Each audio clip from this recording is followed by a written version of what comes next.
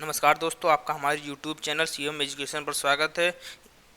आज की इस वीडियो में हम लोग प्रश्नावली 1.5 के प्रश्न संख्या 1 को हल करेंगे। प्रश्न संख्या 1 है, ज्ञात कीजिए। जो हम लोग कुछ संख्याएं दी हुई हैं उनका मान ज्ञात करना है।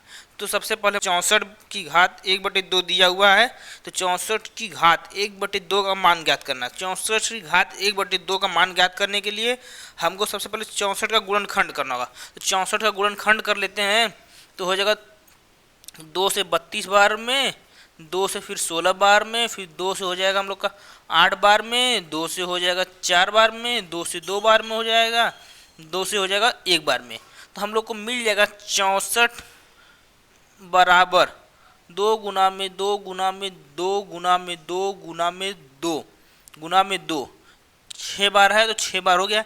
यानी हम लोग लिख सकते हैं 2 की घात 6, यानी 64 को हम लोग क्या लिख सकते हैं, 2 की घात 6 लिख सकते हैं। तो इसी तरह यहाँ पे लिख लेते हैं हम लोग बराबर में 64, यानी 2 की घात क्या है 6, 64 को 2 की घात 6 लिख सकते हैं। और ये ब्रैकेट लगाकर बाहर घात में क्या लिखा है, 1/2 लिखा है। जब हमारा इस तरह का मिलता है, ब्रैकेट के अंदर कोई घात दिया है संख्या में और ब्रैकेट के बाहर कोई घात लगा, तो ये आपस में गुणा हो जाते हैं। तो आपस में गुणा कर लेते हैं इन लोगों का, इन संख्याओं का आपस में गुणा करें। 2 की घात 6 गुणा में 1/2।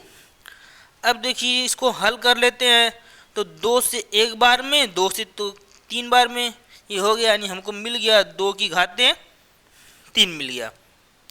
जब 2 की घात 3 मिल गया तो इसको हम लोग लिख सकते हैं, 2 की घात 3 है तो इसको लिख सकते हैं 2 गुणा में 2 गुणा में 2। तो हमारा उत्तर हो जाएगा, मिल जाएगा हम लोग को 2 दूनी 4 दूनी 8। अगला प्रश्न है, दिया 32 की घात 1/5 दिया हुआ है। 32 की घात कितना दिया हुआ है, 1/5 दिया हुआ है। तो इसको हल करने के लिए 32 का भी गुणनखंड कर लेते हैं हम लोग। तो 32 का गुणनखंड कर लेते हैं फटाफट, जल्दी से 32 का गुणनखंड कर लेते हैं। तो 2 से हो जाएगा 16 बार में, 2 से हो जाएगा 8 बार में, 2 से हो जाएगा 4 बार में हो जाएगा, फिर 2 से हो जाएगा हम लोग का 2 बार में, 2 से हो जाएगा 1 बार में। इसका गुणनखंड हो गया। अब इसको देख लेते हैं, लिख लेते हैं। कैसे लिख लेते हैं, 32 को लिख लेंगे हम लोग। 32 बराबर क्या दिया है, 2 गुणा में 2 गुणा में 2 गुणा में 2 गुणा में 2, यानी 5 बार दिया हुआ है। तो हो जाएगा 2 की घातें 5। तो 32 को हम लोग 2 की घातें 5 लिख सकते हैं। अब 32 को लिख लेते हैं, 32 यानी 2 की घात हो जाएगा 5, और ब्रैकेट लगाकर बाहर लिख लेते हैं, दिया हुआ 1/5 दिया हुआ है। अब इस तरह का मिल गया। तो हमको पता है जब इस तरह की कोई संख्या दी होती है तो हम लोग घात को क्या करते हैं, आपस में गुणा कर लेते हैं। तो 2 की घात 5 गुणा में 1/5, ये 5 से ये 5 कैंसिल हो जाएगा, कट जाएगा। तो हम लोग बच गया 2 की घात 1, इसका मतलब हो गया 2। हम लोग का उत्तर मिल गया 2। इसी क्रम में तीसरा प्रश्न है, 125 की घात दिया हुआ है 1/3। तो 125 की घात 1/3 को हल करने के लिए 125 का गुणनखंड कर लेते हैं। 125 का गुणनखंड कर लेंगे हम लोग, तो हो जाएगा हम लोग का 5 से ही होगा।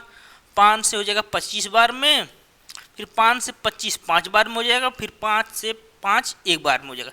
यानी 125 को हम लोग लिख सकते हैं 5 की घातें 3।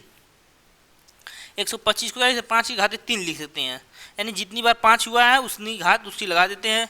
अब इसको हम लोग लिख लेते हैं, हल कर लेते हैं। बराबर में 5 की घात हो जाएगा 125 लिख सकते हैं 5 की घातें 3, ब्रैकेट लगाकर बाहर 1/3 लिख लेते हैं। इस तरह हो गया। जब इस तरह की कोई संख्या मिलती है तो हमको पता ही है कि इसको आपस में गुणा कर लेते हैं। तो 3 गुणा में 1/3।